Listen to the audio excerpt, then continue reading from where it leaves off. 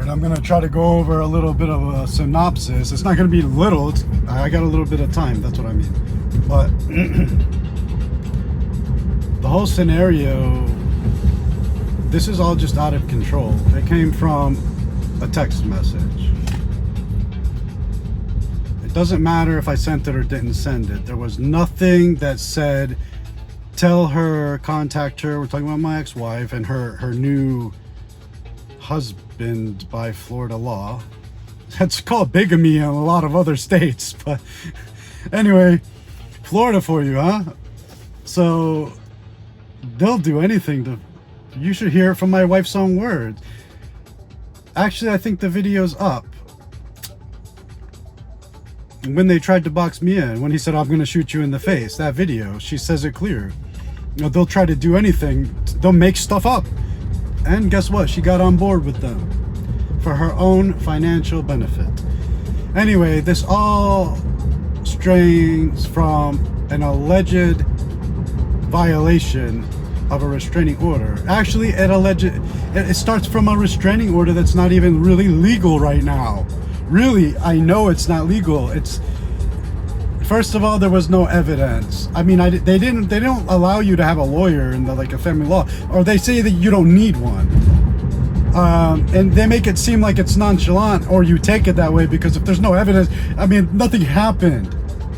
That's not true. In this state, even if nothing happened, you're found guilty. You're going to be found guilty. There's no fairness. Trust me, I've seen it. You can get away with murder too, though. That's another reason why this judge is going to deny me another bond. She is going to say that I'm a danger to my ex-wife. That's what she's going to say. Because of the restraining order that they put up. But I haven't violated it. I haven't been around there. I'm on GPS. But she'll use that. She will use that in order to restrain me, to keep me in jail. Or, sorry, Florida State Hospital. They'll keep me in jail probably until they can find me a placement for Florida State Hospital. This is the game they're playing. Like, why do I deserve any of this? For an alleged fleeing and eluding? I'm sorry, an alleged aggravated fleeing and eluding? Listen, that's what happened. I'm gonna tell you what happened. Actually, no, hold on. It might stop. I mean, I got stuff to do, man. I don't have a lot of time. The alleged fleeing and eluding. This is what happened. I've already explained it before in a video. The police brutally tased me and like all this stuff. My head slammed. I got a brain injury already. A head and skull. Look at my skull. And he tased me and I slammed my head right in the cement. I mean, that wasn't... There's other things that they did. They beat me afterwards. They threw me in the truck, like by my head in the door. Okay, and then they arrested me. But God gave me a bond that night. I was on probation, but He gave me a bond. Everybody should know that when you have a VOP, violation of probation, you don't get a bond. That night, somehow, I had a bond, and I swear to God, it was Laylatul Qadr. A very special night in Islam. I don't want to say that. I don't know if it's like the most special night, but it might be. But I didn't expect that. I didn't even know I had a bond. You know, a buddy of mine paid it for me. He was there. He came and got my car. A lot of things happened. Blessings happened. I was able to have my phone with me. They never even searched me when they threw me in the truck because they were beating me too much. So I had my phone and I was able to send him my phone key, or send him a phone key. So he used his phone. He came and got my car. They didn't tow it or anything. At the same time, he was following me because he kind of knows the game. He knows how things are. So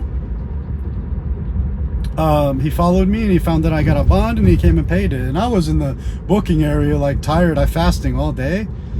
Man, and I just got in a fight with the police. And they say, oh, resisting an officer without violence. Okay, whatever, you saw the video. I think it was, and you heard some of it that you didn't see. You know, I have feet too, and we can cover that more. I got legs and I got feet, and I got teeth. But anyway, I got out. What a blessing. What a blessing. And then that evil judge issued a warrant for my arrest, and my grandmother passed away that day. So I never got to see my grandmother again. I never got to, like that's really hard, because that's my last grandparent. Do you realize a generation is dead? Like my mother's generation. That's hard. Yeah, I mean, it's just difficult, you know. It is difficult to think that, like, I'm never gonna ask her. Like, I'm so curious about a lot of things, and I know at her older age, when I try to ask her, I would have to do it like a specific way. So I was like trying to prepare, and like, how am I gonna? Because she's all together, but you know, it's just different when you're older. You gotta treat them just like a little kid. You gotta try to talk to them a little bit softer, you know, and less easy words. I can't even remember the word I was gonna say. See, whatever. Like, I forget words, I forget all kinds of stuff sometimes, but it doesn't mean that I can't help my attorney to defend myself, even though I defended myself, even though I got the case solved. And I wrote the judge from jail. That is basically what I want to say. When I was in jail, we went to the skipping all these parts, but I'm gonna just say this. When I was in jail, okay,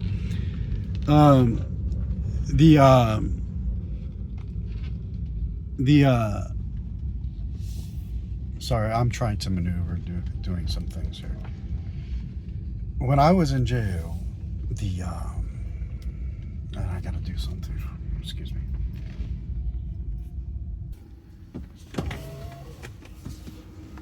Okay, so basically, I had that arrest. I got out. Judge had me arrested. I missed my grandmother's funeral. Then what happened after that is the judge had me, he arrested me. Sorry, I missed her funeral because of that. Then I spent that was for, he put an arrest for alleged violation of probation. You know, so I sat there without a bond or anything. So I sat there for like 3 months. Yeah, that time 3 months. The other time was 5 months. Okay, so for 3 months I sat in jail to find that there's no violation of probation. Okay, that the police were wrong. It was really police brutality. So they released me, and he put me back on probation, motherfucker.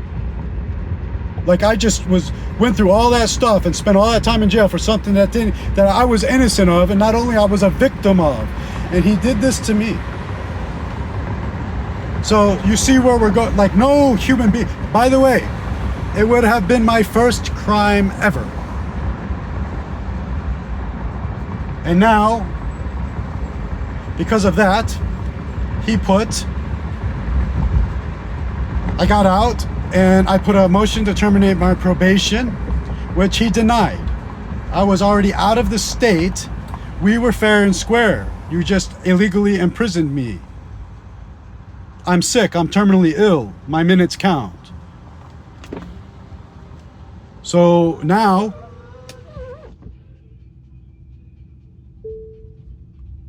he issued a warrant for my arrest.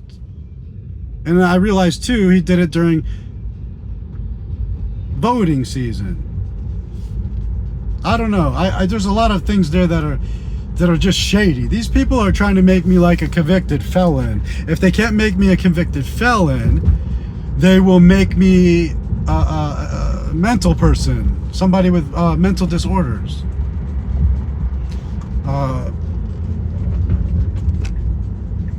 Excuse me.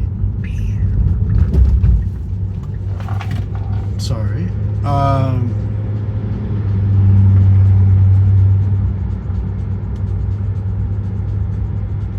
I'm being polite. I'm letting this person kind of take their time. Actually, I can go a little bit faster. Anyway, you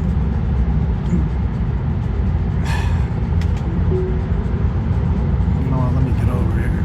This thing.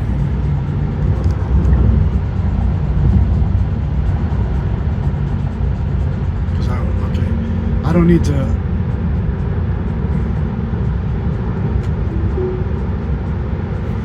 Let this drive me around a little bit.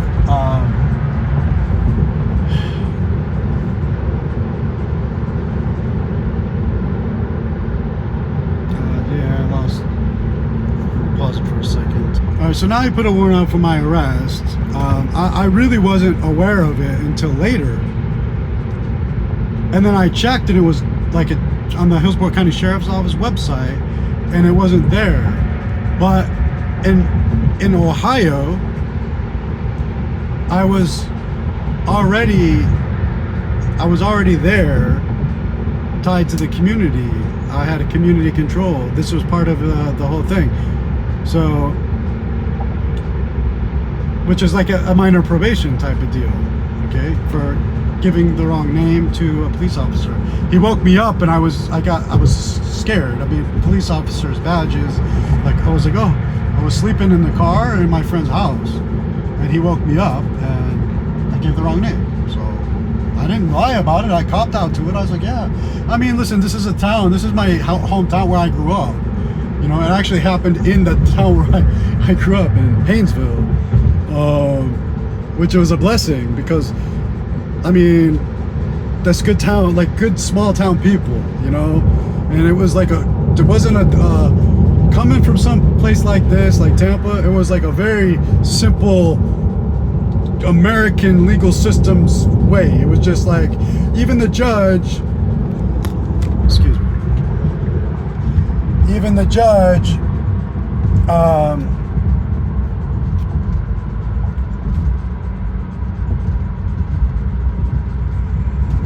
pay attention here because I got stuff to do.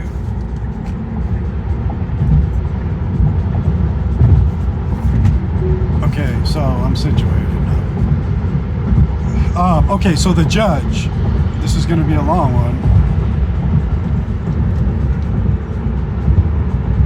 Yeah, man, this is all messed up. I got to drive right now because traffic is not right.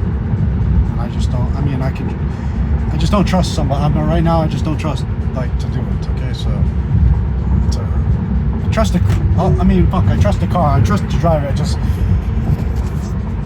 worried somebody's gonna smack into me again. You know what I mean? Like, these people are dumb, man. Now another thing, like a hospital. I wonder if I should be going to the hospital.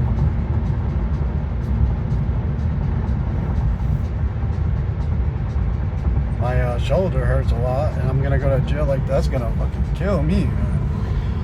Whatever, I'm dead anyway. They don't get it. That putting me in jail kills me more and more and more. And they've done this for like 392 days, I believe, out of my life since 2000, and I count 2009, but nothing really. That was just like a day. No, 2009 was a day. I bonded out the same day. It's just an inconvenience. I count that as my harassment part, but They arrested me for carrying a concealed weapon on my own property. I don't need a license for that, even though I had a license, by the way. But they arrested me anyway. And I was on my property. I mean, Florida law, if you understand how it is, you can mow the grass, you know, holding your pistol or something if you want. I mean, I didn't do anything. Carrying a concealed is obviously, I'm not doing something like that. I'm saying though, when you're on your property, you don't need a license or anything. You know what I mean? So I had a license though, and I didn't even have the firearm. My wife had it in her purse. This is how crooked and corrupt these people are. But yeah, it cost me thousands of dollars. I bonded it out, and then I had to, was like $2,500, then I had to pay a lawyer $3,000. I mean, for what? And I applied to law school, and I didn't get into law school because that really didn't look good. I didn't disclose that because it happened the day before my application was going into the law school. So yippee. This shit is funny, man. I mean, I don't know. It's like, what else can I do besides laugh? You know, I have to laugh.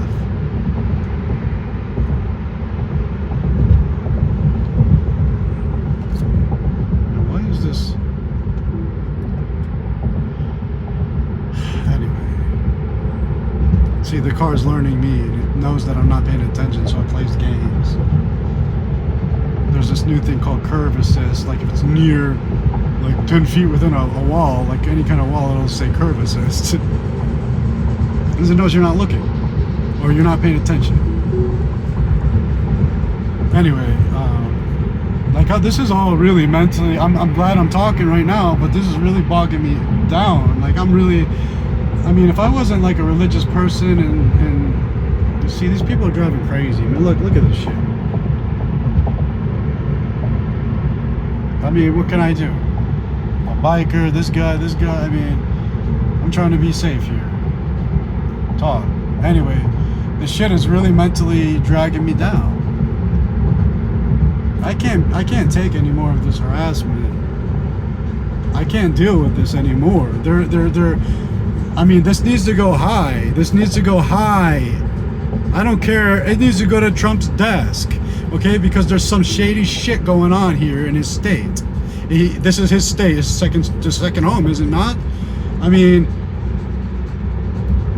maybe it's his first. I don't know I have no idea.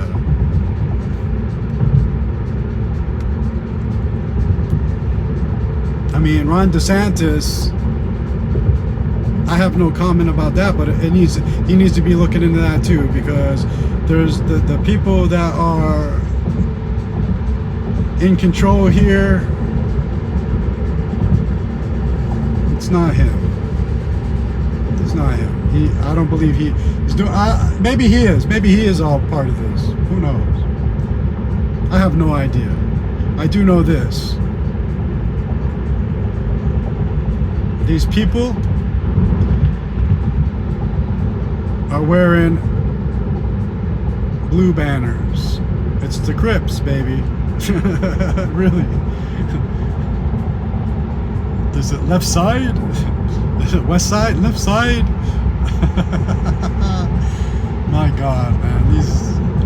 I'm tired. I'm hungry. I'm delusional here. I mean, like I'm waiting for them to come and just abuse me more. This fucking judge, she's evil. She's doing this on purpose. She is deliberately laughing and smiling in your face. No, I'm gonna have to deny you.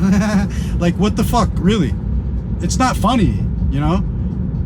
I mean, she gave the prosecution a heads up. The attorney, I got found competent by a legal guy that the professional or the legal system hired. A professional found me competent. So then I saw another doctor, and he found me incompetent. So what the hell? So when I went to the judge, I said, Your Honor, I'm competent, and I stated this, and this. I told her I want to make a deal. So I made a deal with the state to release me, time served. I mean, I don't care about any of this. I shouldn't have been in jail anyway. But the public defender office held me there for 4 months extra. It was unnecessary. I don't understand why they did that. To help their case? What case? It should have been dismissed. They're pulling a fucking political string with this legal stuff. Trust me. Because I had already done 3 months out of a 1-year probation sentence. Plus I was beaten and falsely arrested and accused. We were even. The state agreed, but they kept pushing. Not the state, my defense. Pushing and pushing and pushing. So what happens? Yeah, I'm just so sick of this shit. I gotta replay this. If you guys read that book, Breaking the Habit of Being Yourself, I believe it's called. Breaking the Habit of Being Yourself by Dr. Espinoza, something like that. I mean, everybody can find it. It's on my SMs. You can't keep replaying this stuff. And see, this fucking kid it's a female too, man. Fuck, I don't want to deal with this shit.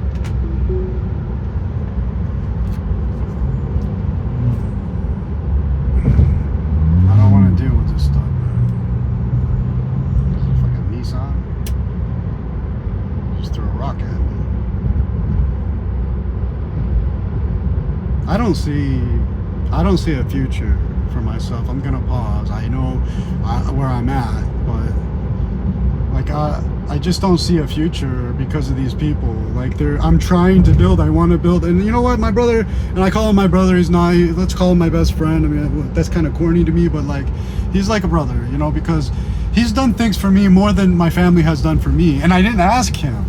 He came through, and I'll never forget that. You know, I'll never forget that. Inshallah, God willing, I'll never forget that. I don't want to say never. Allah alim. We never know. God knows. But I'm very thankful, and I intend to make that right one day. You know, I know him. I've known him for 25 years. And it's funny because we always haven't really been close. We've been like associates, but like he's never really done anything. He's I don't know, man, but God put us together for a reason, and I laugh all the time because I'm like, hey, what's funny is, you know, you're Catholic. I mentioned this because I got my lawyer, he's Catholic, he's Catholic. I'm surrounded by Catholic. I get along with Catholic guys, you know what I mean, because I just do. More than I do Muslim guys. Like, I don't know, there's some weird reason. It's just weird. I wouldn't say more, but like I prefer them maybe because it's like, I don't know, cultural differences and things like that.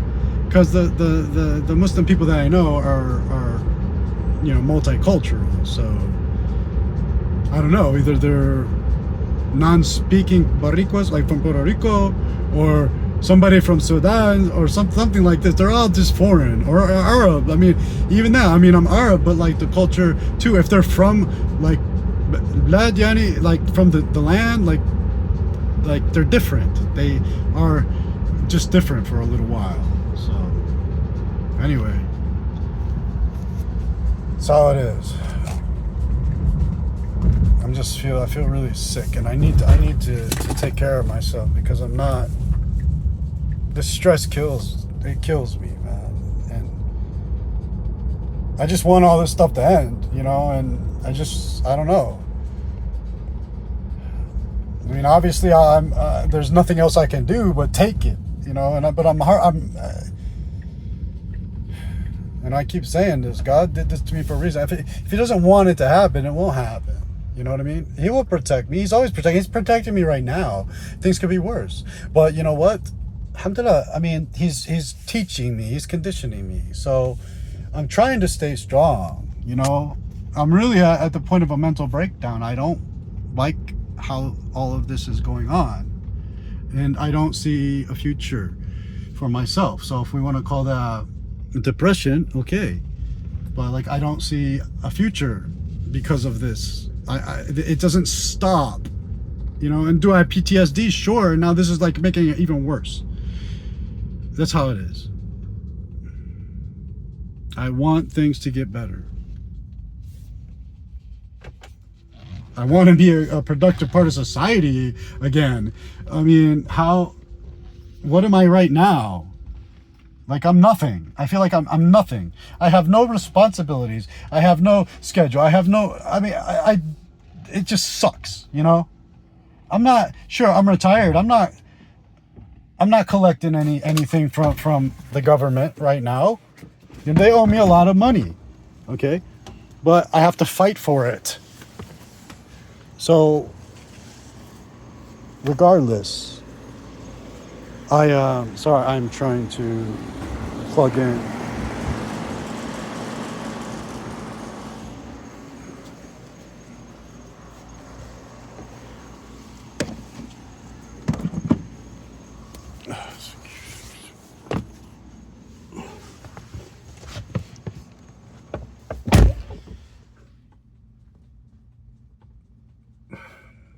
Oh, I didn't pause it. How about that? Okay, so anyway, it's like all dark.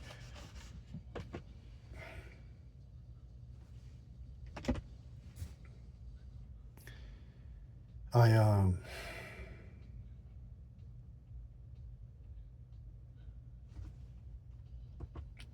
You know what? I'm gonna pause. I'm in a mood position as a bit, but this stuff is making me really sick. I gotta. You know, I keep thinking about why am I still alive? Like I was already there. You know what I mean? I was already there. And God knows best. He keep me alive. He's keeping me alive for a reason. And I don't know that reason because I'm going through a lot. And I don't want to say he's punishing me either because back to show, I don't believe that. I don't believe God really is punishing people, okay, like that. Like he loves us and he's trying to draw us closer. So he's giving us lessons. He's teaching us things.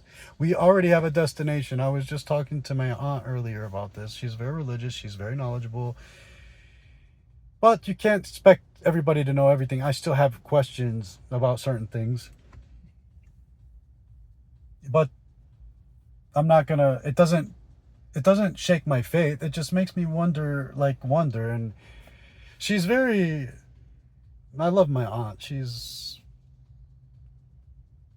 I even talked to her about marriage and children, and she really helped me tonight. That's why I'm able to eat right now, because she gave me some tea and it has sugar. And um I'm not doing well right now because of the stress. The stress is the number one exacerbator for sclerosis multiple, for multiple sclerosis. So I don't even know if I even mentioned that. I have secondary progressive multiple sclerosis. What that is it's an autoimmune. So my immune system basically is too powerful for my body. So it attacks my body.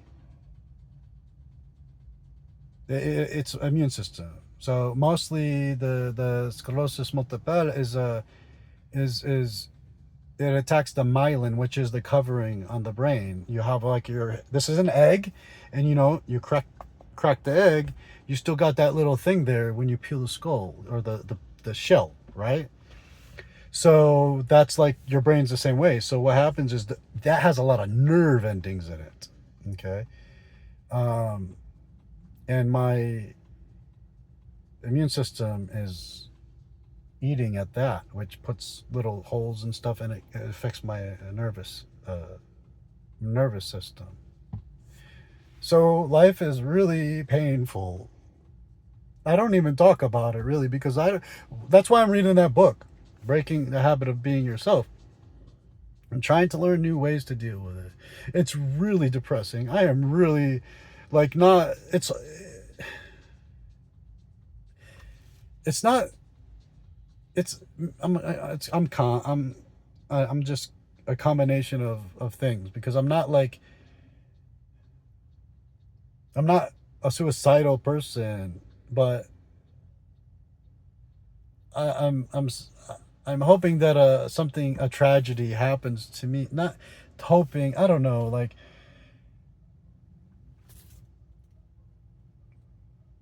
there's certain ways that people die, and God forgives them. You know, they're like automatic, like, you know, like the woman, if she dies in childbirth, it's like it's like a automatic ticket to heaven, you know. So I gotta feed this cat.